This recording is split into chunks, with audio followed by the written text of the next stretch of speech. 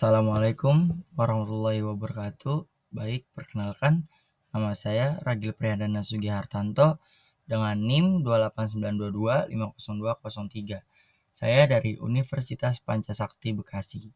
Di sini saya akan membahas tentang PPh 23, PPh 24, dan PPh 2526 perpajakan.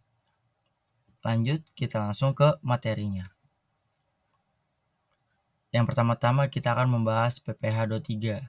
PPh 23 itu merupakan pajak penghasilan yang dikenakan atas penghasilan berupa bunga, royalti, sewa, jasa, dan hadiah. Selain yang telah dipotong oleh PPh 21, penghasilan jenis ini terjadi karena adanya transaksi antara pihak yang memberikan penghasilan dengan pihak yang menerima penghasilan. Pihak yang memberikan penghasilan akan memotong dan melaporkan PPh 23 ke kantor pajak. Subjek pajak PPh 23 wajib pajak orang pribadi dalam negeri dan BAT atau bentuk usaha tetap sendiri ialah bentuk usaha yang digunakan oleh orang pribadi yang tidak bertempat tinggal di Indonesia atau yang berada di Indonesia tidak lebih dari 183 hari dan dalam jangka waktu 12 bulan, atau badan yang melakukan kegiatan di Indonesia untuk menjalankan usahanya.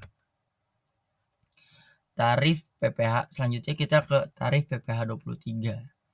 Untuk mengetahui tarifnya dibedakan menjadi dua, yaitu tarif 15% dan tarif 2% dikenakan atas nilai DPP-nya atau dasar pengenaan pajak atau jumlah bruto. Di sini jumlah bruto ialah seluruh jumlah penghasilan yang disediakan untuk dibayarkan atau telah jatuh tempo dengan pemotongan pajak seperti badan pemerintahan, penyelenggara kegiatan, subjek pajak dalam negeri atau bentuk usaha tetap, perwakilan usaha luar negeri, dan OP atau orang pribadi yang ditunjukkan oleh DJP, Direktorat Jenderal Pajak. Jumlah bruto ini tidak berlaku atas penghasilan yang ditetapkan dari jasa hubungan catering, jasa yang bersifat final seperti reimbursement penyedia jasa kepada pihak ketiga dan hasil penggadaian barang atau material. Pajak PPh 23 dengan tarif 15 ini dikenakan untuk penghasilan bunga, dividen, royalti, dan hadiah. Sedangkan pajak 23 dengan tarif 2% ini dikenakan untuk penghasilan jasa atau sewa. Oke, next. Selanjutnya, PPh 23 ini merupakan pajak penghasilan yang dikenakan atas penghasilan berupa bunga, seperti yang sebelumnya kita bahas. Lalu PPh 21 ada beberapa yang dikecualikan di dalam PPh 23 ini. Antara lain yang pertama penghasilan yang mempunyai ikatan hutang dari bank, sewa, yang kedua sewa yang terhutang sehubungan dengan sewa guna usaha dengan hak opsi, yang ketiga dividen yang diperoleh PT Perseroan Terbatas. PT atau perseroan terbatas yang bertempat tinggal di Indonesia yang berasal dari cadangan laba yang ditahan sebagai wajib pajak dalam negeri, koperasi, dan BUMN atau BUMD. Yang keempat, SAHU, koperasi yang dibayarkan koperasi kepada anggotanya. Yang kelima, penghasilan yang terhutang kepada badan usaha atas jasa keuangan yang berfungsi sebagai penyalur pinjaman atau pembiayaan. Next, lanjut. Di sini saya akan menjelaskan tentang pembayaran PPh 23, bukti potongan PPh 23, dan pelaporan PPh 23. Di mana dalam pembayarannya kita akan membahas pembayarannya terlebih dahulu. Di mana dalam pembayaran PPh 23 ini dibayarkan oleh pihak pemotong melalui bank persepsi yang telah ditunjuk oleh Kementerian Keuangan dengan jatuh tempo pembayaran. PPh 23 ini berlaku pada tanggal 10 bulan pada tanggal 10 bulan berikutnya, seperti misal pihak pemotong PPh 23 atas penghasilan bunga dengan tarif yang 15%. Dan pada tanggal 25 September maka pihak pemotongan harus membayarkan PPh 23 pada tanggal 10 Oktober, tetapi sebelum melakukan pembayaran pihak pemotongan harus membuat ID billing melalui aplikasi online pajak. Yang kedua yaitu bukti potong PPh 23, yaitu buktinya itu pemotong membuat bukti potongan untuk pihak yang dikenakan pajak untuk melakukan pengisian pajak pada e-filing di online pajak. Jadi buktinya itu di rangkap 1 untuk yang dikenakan pajak dan bukti 2 pemotongan rangkap 2 untuk pihak yang melakukan e-filing pada bulan September 2020 berlaku pada KEP 368 PJ 2020 yang berisikan kewajiban bagi wajib pajak untuk membuat bukti potongan melaporkan SPT PPh pasal 23 atau 26 secara online. Selanjutnya pelaporan PPh 23 yang berkaitan dengan pelaporan PPh 23 yang dilakukan oleh pihak pemotongan dengan mengisi SPT PPh pasal 23 atau 26 dapat melaporkannya melalui fitur pajak online dan filing gratis di online pajak dengan jatuh tempo pelapor PPh 23 yaitu pada tanggal 20 bulan berikutnya. Next. Sini saya akan mencontohkan atau simulasi perhitungan PPh pasal 23. Dengan perhitungan dengan tarif pemotongan 2%, pada perhitungan tarif 2%, maka wajib pajak harus melunasi PPh sebesar 2% dari jumlah bruto atas sewa penghasilan lain terkait penggunaan harta. Contoh kasusnya PT ABC memberikan jasa pelayanan kepada PT DF di bulan Oktober 2020 dengan imbalan sebesar 20 juta. Tunai berapakah ini contoh kasusnya. Berapakah perhitungan pasal 23-nya? Jadi PPh 23 yang 2% itu dikalikan penghasilan bruto. Jadi PPh 23 2% dikali 20 juta itu 400.000. Dengan perhitungan tersebut, maka besaran PPh pasal 23 untuk imbalan jasa layanan PT ABC yaitu sebesar 400.000.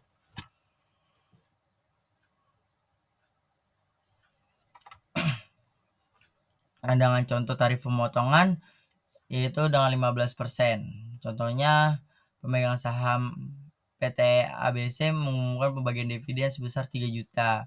Lalu PT FGA memiliki 10% saham PT ABC sesuai dengan Undang-Undang PPh No 36 tahun 2008. Penghasilan berupa dividen yang diterima PT FGA dikenakan pasal pajak pasal PPh 23 bertarif 15%. Dengan contohnya 3 juta ini dikalikan 10% yaitu 300.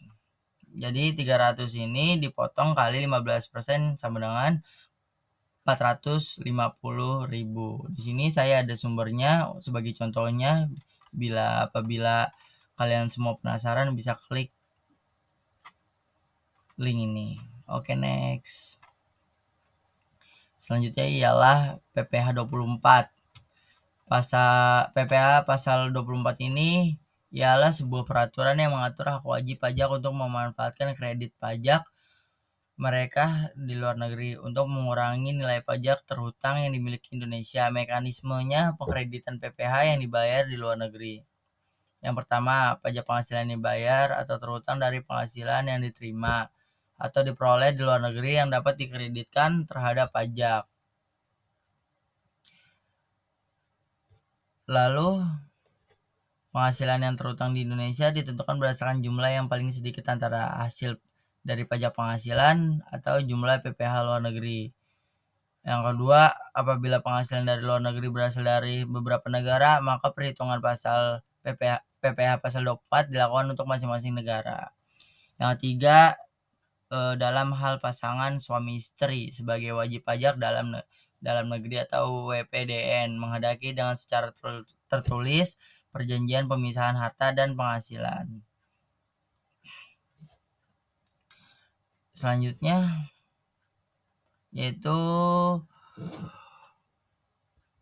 besarnya jumlah PPh dari luar negeri dapat dikreditkan oleh masing-masing suami. Ini masih suami dan istri ini di luar negeri dapat dikreditkan dan ditentukan berdasarkan jumlah yang paling sedikit. Di antaranya itu jumlah pajak penghasilan, jumlah PPh luar negeri, dan jumlah tertentu yang dihitung menurut perbandingan antara penghasilan yang diterima dan diperoleh dari sumber penghasilan di luar negerinya masing-masing. Selanjutnya keempat itu dalam hal penghasilan yang diterima atau diperoleh dari sumber penghasilan luar negeri yang berasal dari trusts. Besarnya PPh luar negeri ditentukan sebagai berikut. Jadi ditentukannya itu sebagai sebesar pajak penghasilan atau bagian pajak penghasilan atau penghasilan yang diperoleh BPDM. Yang kedua, penerimaan penghasilan yang diterima oleh BPDN dalam hal terus di luar negeri tidak dikenakan pajak penghasilan di tingkat TURS. Yang kelima, penghasilan kena pajak PKP yang dikenakan PPh final, yaitu pada pasal 4 ayat 2 atau penghasilan yang dikenakan pajak tersendiri. Undang-Undang PPh pasal 8 ayat 1 dan 4 tidak digabungkan dengan penghasilan yang lain, baik penghasilan diperoleh dalam negeri maupun penghasilan yang telah diperoleh dari luar negeri.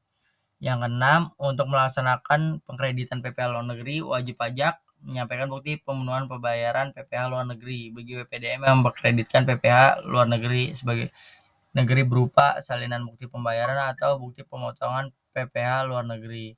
Salinan bukti yang dapat menunjukkan adanya pembayaran atau pemotongan. Selanjutnya bukti pemenuhan pembayaran, dan selanjutnya Anda mendapatkan pemasukan dari usaha atau pemasukan dari TUS luar negerinya. Next. Yang ketujuh, dalam hal ini perubahan jumlah pemasukan yang berasal dari luar negeri diwajibkan untuk melakukan pembetulan SPT tahunan. Dan yang ke-8, apabila karena pembetulan SPT tersebut menyebabkan PPh kurang dibayar, maka atas kekurangannya bayar tersebut tidak dikenakan sanksi bunga. Dan di sini saya akan mencontohkan perhitungan apabila karena perhitungan PPh 24 ini. Contoh misalkan WPDM PT Renjana Abadi pada tahun pajak 2018 memperoleh dan menerima penghasilan neto dengan rincian sebagai berikut. Di negara X, PT Renjana Abadi memperoleh penghasilan antara 1 miliar dan dikenai PPh luar negeri sebesar 300 juta. Di negara Y, PT Renjana Abadi menerima penghasilan berupa bunga sebesar 3 miliar dan dikenai PPh luar negeri sebesar 450 juta. Tidak terdapat pengurangan penghasilan bruto atas penghasilan berupa bunga tersebut. Kalau di negara Z atau PT Renjana Abadi menderita kerugian penjualan sebesar 250 juta dan penghasilan neto dalam negeri sebesar 4 miliar. Tidak ada P3B antara Indonesia dengan negara X, Y, dan Z besarnya pajak penghasilan terutang atas seluruh penghasilan dihitung sebagai berikut. Jadi negara X penghasilan usaha, negara Y penghasilan bunga, negara Z kerugian penjualan harta. Jadi seperti ini menghitungnya. Penghasilan neto dalam negerinya 4 miliar, jumlah penghasilan neto fisikalnya 8, penghasilan kena pajaknya 8, dan 8 miliar, PP terutangnya sebesar 2 miliar. Oke, next. Besarnya PPh luar negeri dapat dikreditkan per jenis. Jadi ada jenis-jenisnya. Yang pertama itu penghasilan usaha dari negaranya, dan yang B itu penghasilan bunga dari negara Y. Oke, next. Ini adalah contoh-contohnya. Bisa melihat sumber sesuai link yang ada di PPT-nya. Nanti saya jabarkan di bawah link YouTube saya. Selanjutnya kita akan membahas PPh pasal 25 dan 26 perpajakan. Yang dimana PPh pasal 25 itu menyatakan bahwa pajak ialah ini pengertian pajaknya. Sini kita akan lanjut langsung ke pasal PPh 25-nya.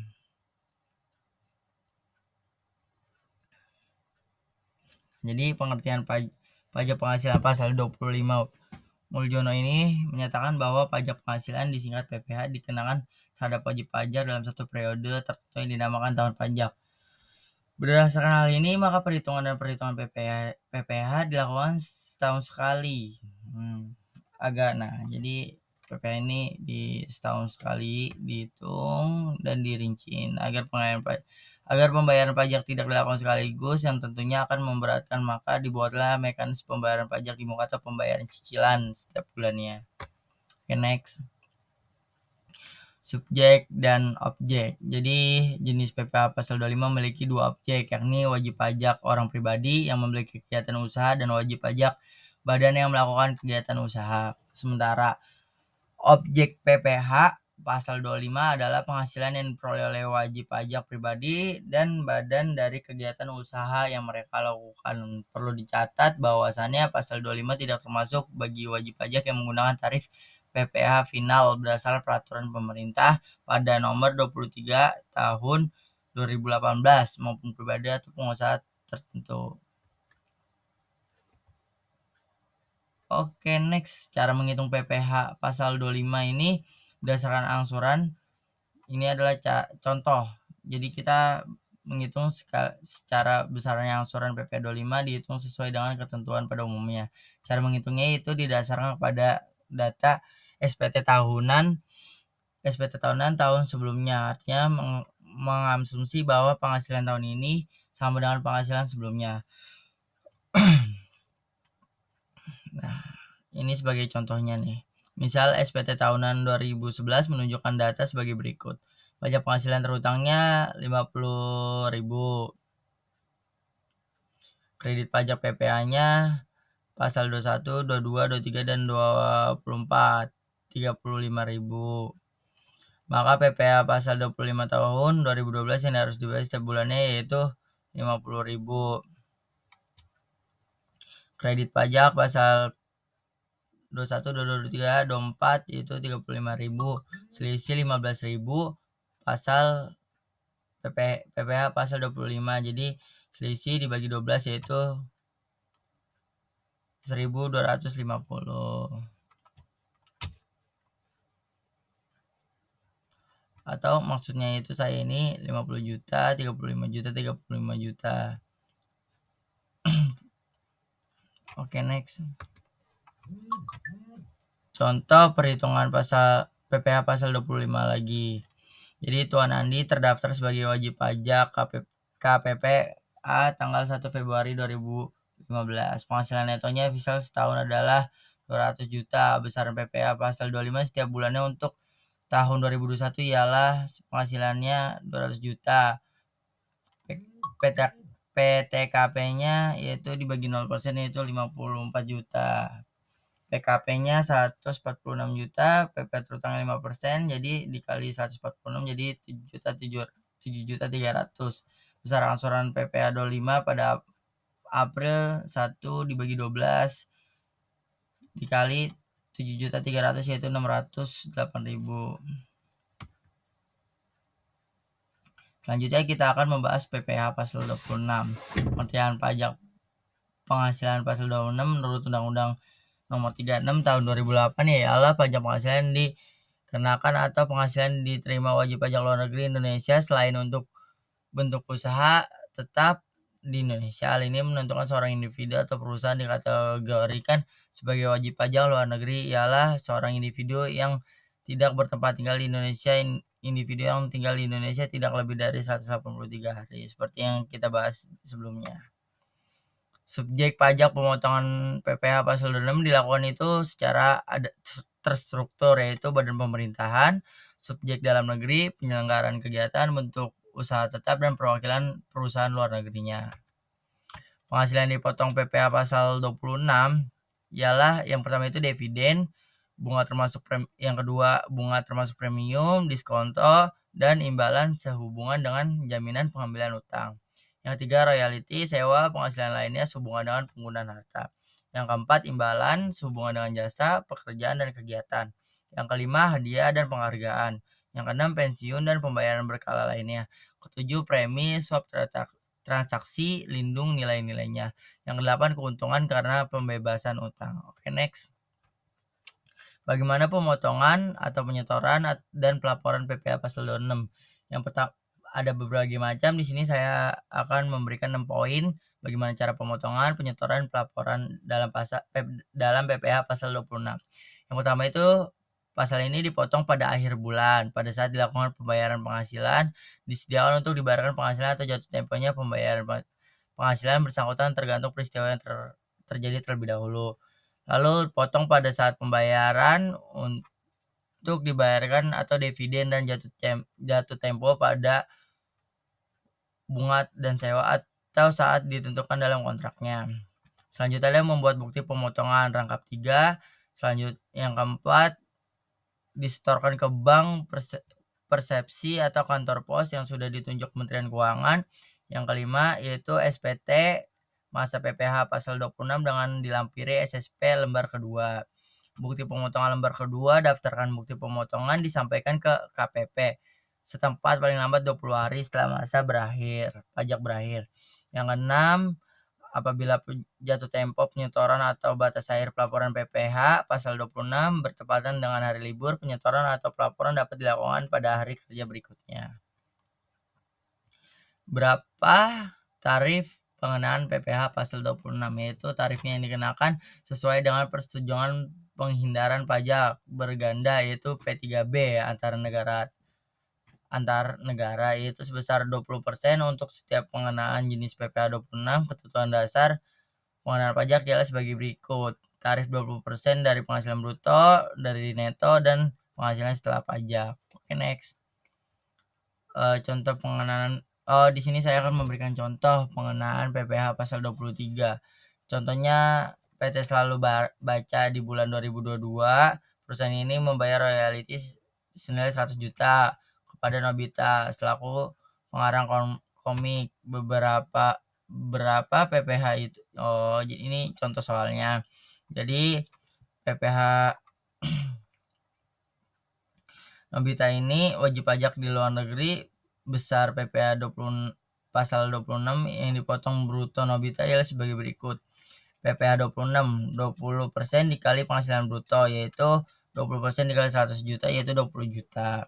Contoh perhitungannya selanjutnya, suatu perusahaan penyewaan gedung PT Martinus mengasuransikan bangunan bertingkat perusahaan dengan 1 miliar. Jadi perhitungannya itu 50% dikali 1 miliar jadi 500 juta.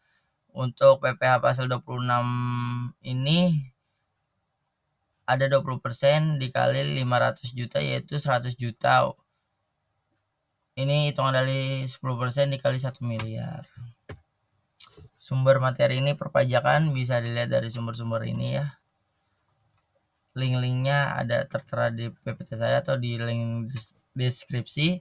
Dan mungkin bila ada kesalahan kata atau kata-kata yang salah mohon dimaklumi. Sekian dari saya. Wassalamualaikum warahmatullahi wabarakatuh. Terima kasih.